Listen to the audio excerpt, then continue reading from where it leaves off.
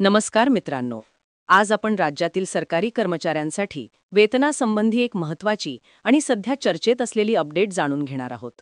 अनेक दिवसांपासून नोव्हेंबर 2025च्या वेतनाबाबत कर्मचारी वर्गामध्ये संभ्रम आणि चिंता होती. पण आता काही विभागांमधून सुरू झालेल्या सकारात्मक हालचालीमुळे कर्मचाऱ्यांमध्ये पुन्हा एकदा आशेचा किरण दिसू लागला आहे. सर्वात मोठी अपडेट म्हणजे काही विभागांनी नोव्हेंबरचा थकलेला पेड डिसेंबर 2025 मध्ये देण्यासाठी प्रक्रिया सुरू केल्याची माहिती समोर येत आहे.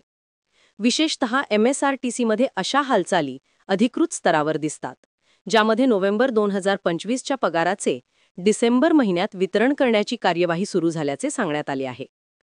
जरी हे सर्व राज्यातील सर्व विभागांवर लागू नसले तरी हा सकारात्मक प्रारंभ निश्चितच कर्मचारी वर्गासाठी दिलासा देणारा आहे. राज्यातील अनेक विभागांमध्ये वेळेत पगार न मिळण्याची समस्या नवीन नाही. आर्थिक तुटी, निधी वितरणातील विलंब, प्रशासनिक प्रक्रिया आणि विविध तांत्रिक कारणांमुळे वेळोवेळी वेतन विलंब होत असतो.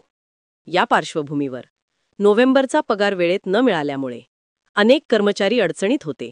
कारण घरखर्च, EMI, कुटुंबीय जबाबदाऱ्या, वैद्यकीय खर्च अशा सर्व गोष्टी महिन्याच्या सुरुवातीलाच उभ्या ठाकतात.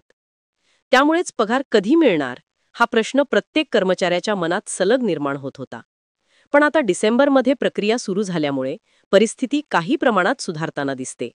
मात्र येथे एक महत्त्वाची गोष्ट म्हणजे ही घोषणा राज्यातील सर्व विभागांसाठी अधिकृत पातळीवर केलेली नाही.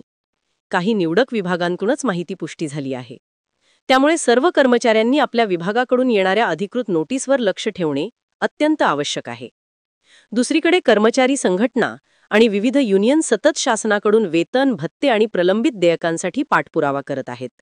17 नोव्हेंबरपासून सुरू झालेल्या आंदोलनाच्या माध्यमातून कर्मचाऱ्यांनी वेतन वेळेवर देण्याची मागणी, जुनी प्रलंबित देयके मिटवणे, DA/DR वाढ लागू करणे आणि भविष्यातील 8वा वेतन आयोग जाहीर करण्याची मागणी अधिक जोमाने पुढे ढकलली आहे.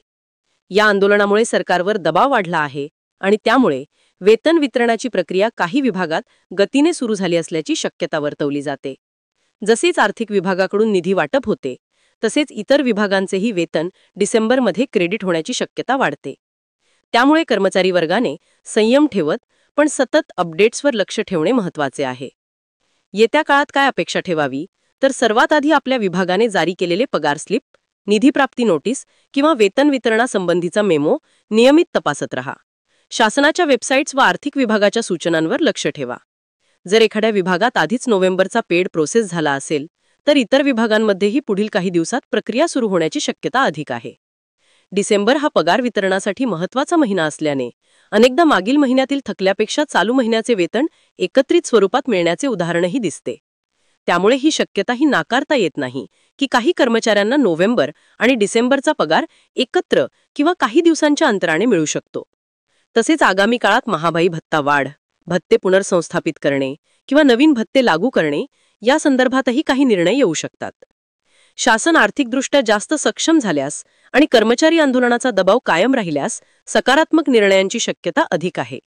एकूणच सांगायचं झालं तर अद्याप संपूर्ण राज्यभर लागू झालेली अधिकृत मोठी घोषणा नसली तरी काही विभागांनी नोव्हेंबर पेड डिसेंबरमध्ये देण्यासाठी प्रक्रिया सुरू केली आहे, जे कर्मचाऱ्यांसाठी खऱ्या अर्थाने चांगली सुरुवात आहे. आशावादी रहा पण माहिती व्हेरीफाईड राहू द्या.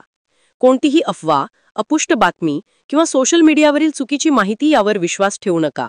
आपला विभाग, अधिकृत नोटिसा आणि प्रमाणित स्रोत हीच खरी माहितीची साधने आहेत. पुढील दिवसात जसे नवीन अधिकृत अपडेट येईल तसे त्याचा थेट परिणाम कर्मचाऱ्यांवर होणार आहे. तुम्हाला या विषयावरचे सर्व अपडेट्स आम्ही पुढेही देत राहणार आहोत. धन्यवाद. पुढील व्हिडिओत पुन्हा भेटूया.